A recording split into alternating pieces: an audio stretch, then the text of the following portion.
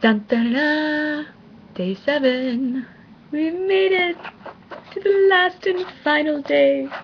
We have arrived, and I have nearly completed the Hibiscus Moon 7-day crystal reading challenge. And I feel damn proud of that.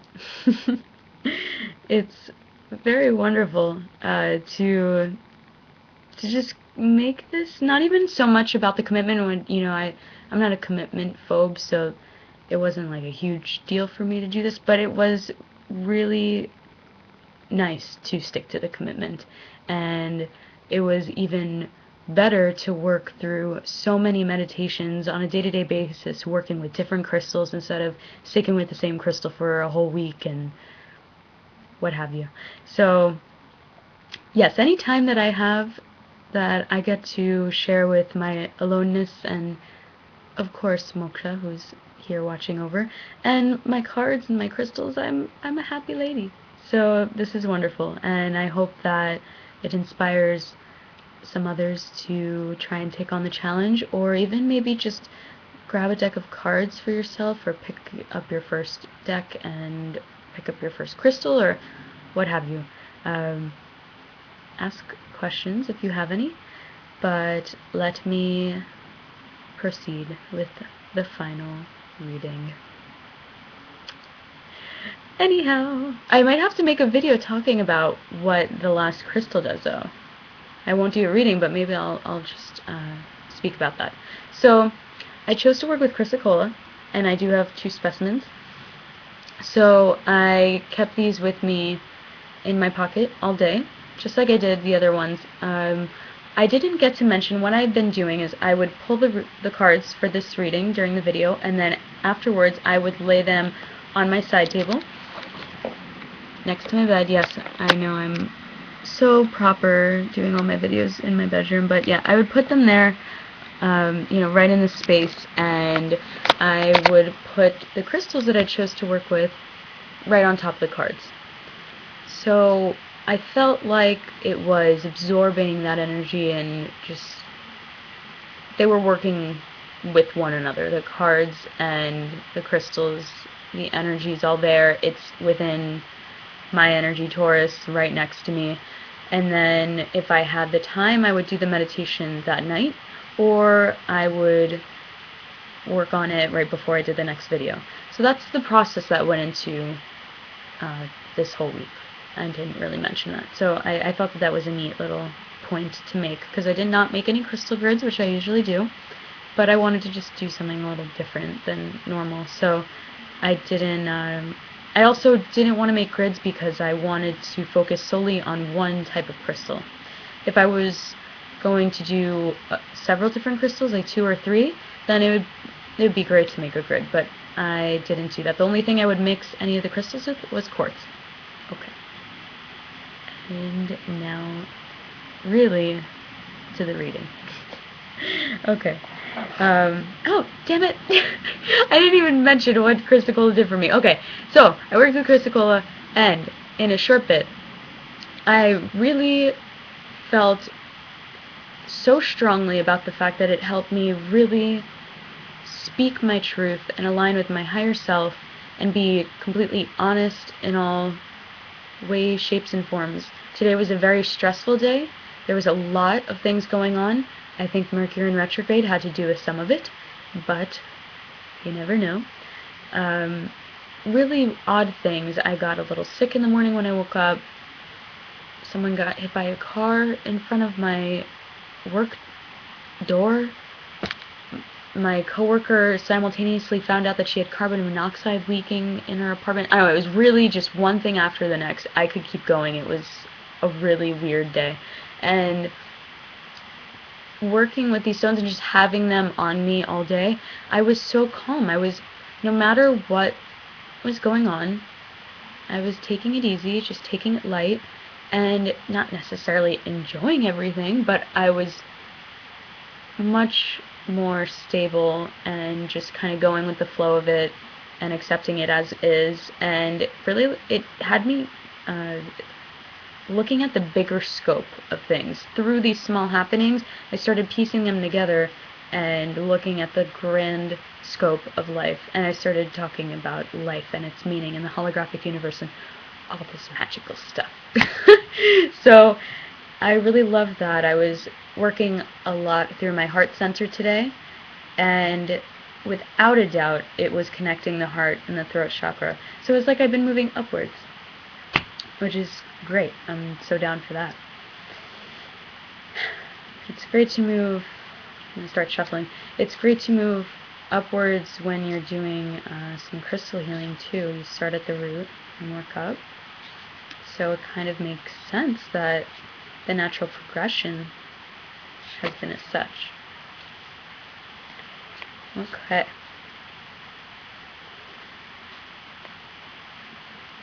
Starting with the Osho deck, as usual.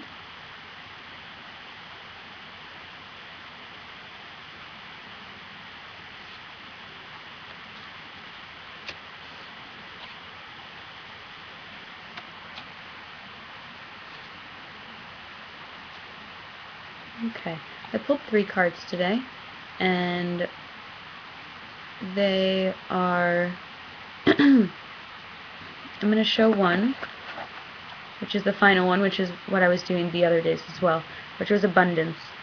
It's a really neat card. Again, a lot of integration in this card, which has been another theme for this week. See the sun and the moon figures, and you see this gentleman who is holding a lotus flower, so that's also some form of integration.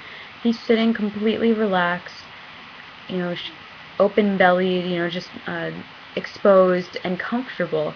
He's not necessarily surrounded by a lot of tangible things, but he is surrounded by the gifts of nature, and he is atop some sort of comfortable throne and just draped in beautiful clothing.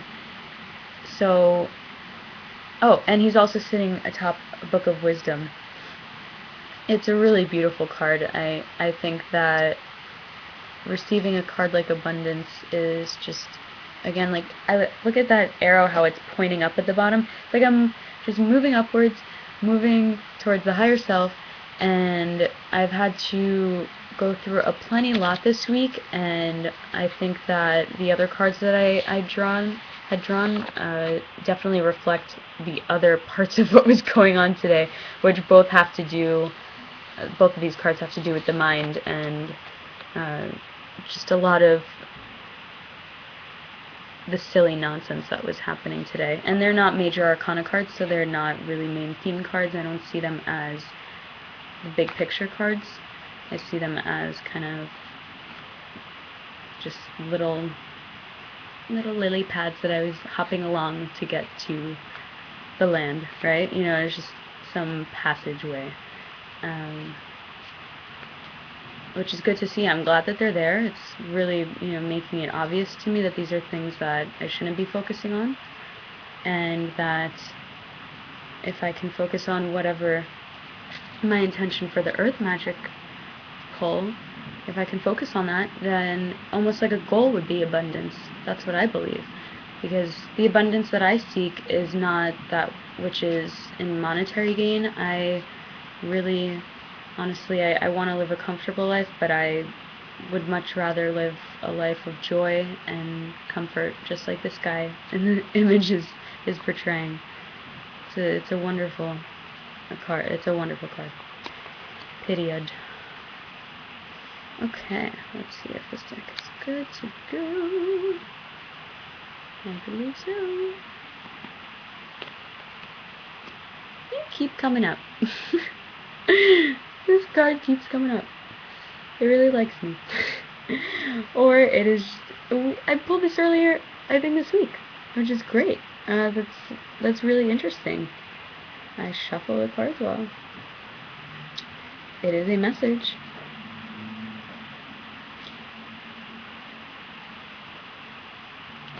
Quite obvious I have to go find somewhere like this and go take it easy. Should we pull one more? Wow, look at that. strength. I've never seen this card. That is really, really powerful. Look how strong. But also almost polite and delicate. It's like the colors in it are typical of a mountainscape. You know, it's like these warm golden colors at the bottom, and it looks like the sun is either rising or setting on it. And then in the background you see the lighter color mountain, and it looks kind of misty and, you know, just like as if it was covered with snow. But then at the bottom you see a bunch of waves and you see some trees. So the message strength and stillness.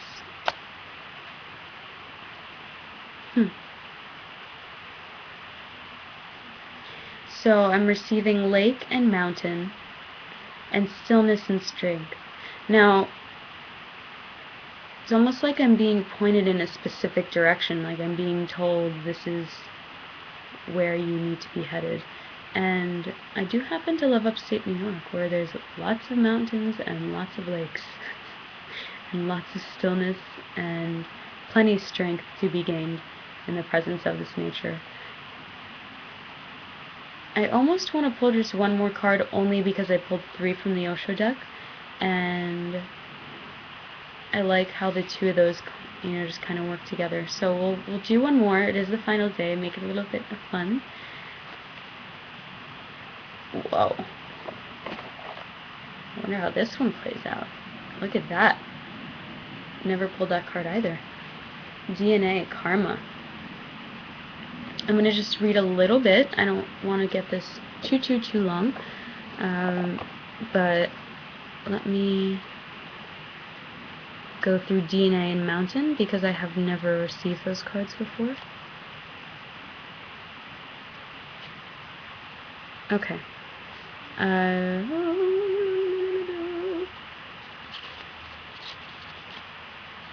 just skimming through the description of DNA right now. Okay, not to keep you waiting. So the commentary on DNA says, aspects of your soul entered your primitive physical self long before you had begun to take form. While DNA that you inherited from your biological parents has a physical component, it also has a soul pattern that come together in the creation of you. You are predisposed to follow the karmic dictates of this patterning to some extent, yet as you evolve in your consciousness and expand the light of awareness, you can make choices that shift and modify this ancestral design. This is one of those times. You can feel the tug of your soul that is both ancient and karmic, yet you also recognize that the persistent and loving communication from your higher self that contradicts the more familiar solutions before you. The choice is up to you, but know that every time you heed the guidance of your higher self, no matter what etheric or physical form it takes, human consciousness is elevated. In a sense, it becomes a choice between destiny and fate.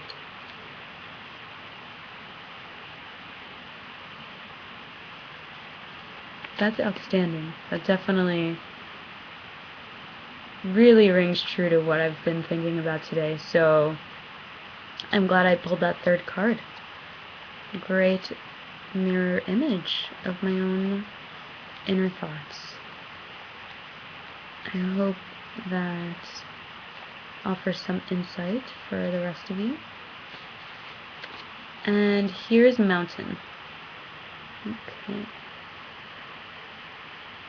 It makes no sense to deny the strength you have at the cost of allowing yourself to be reactive and subjective to external influences far beyond what is healthy for you. Imagine yourself as a mountain of strength, solidly grounded in the earth, your head held high as if you were touching the sky. Do so without straining, just as the mountain itself does not strain. The current situation calls for you to be vigilant, but not to the point of fear or paranoia.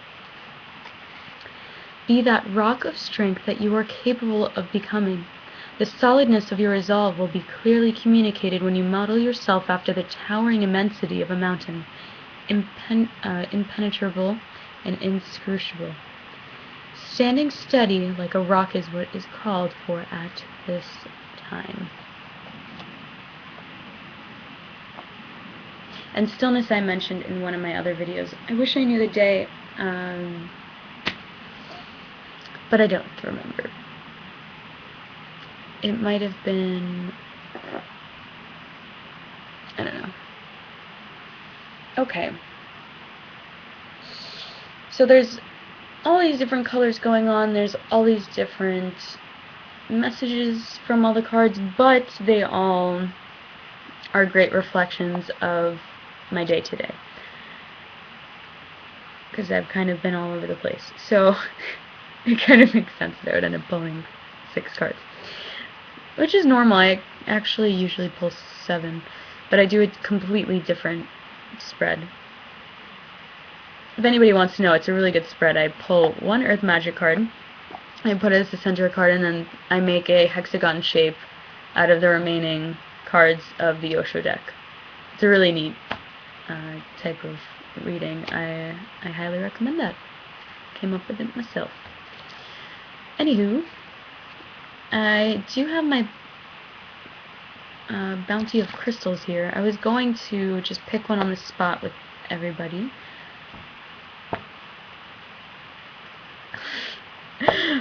But I think I need a couple more minutes, and this video is so super long. I don't know how this happens, but it's alright. Okay, so I'm gonna ponder about this for a little bit. I'm sure it'll come to me in just a moment. That's all, folks.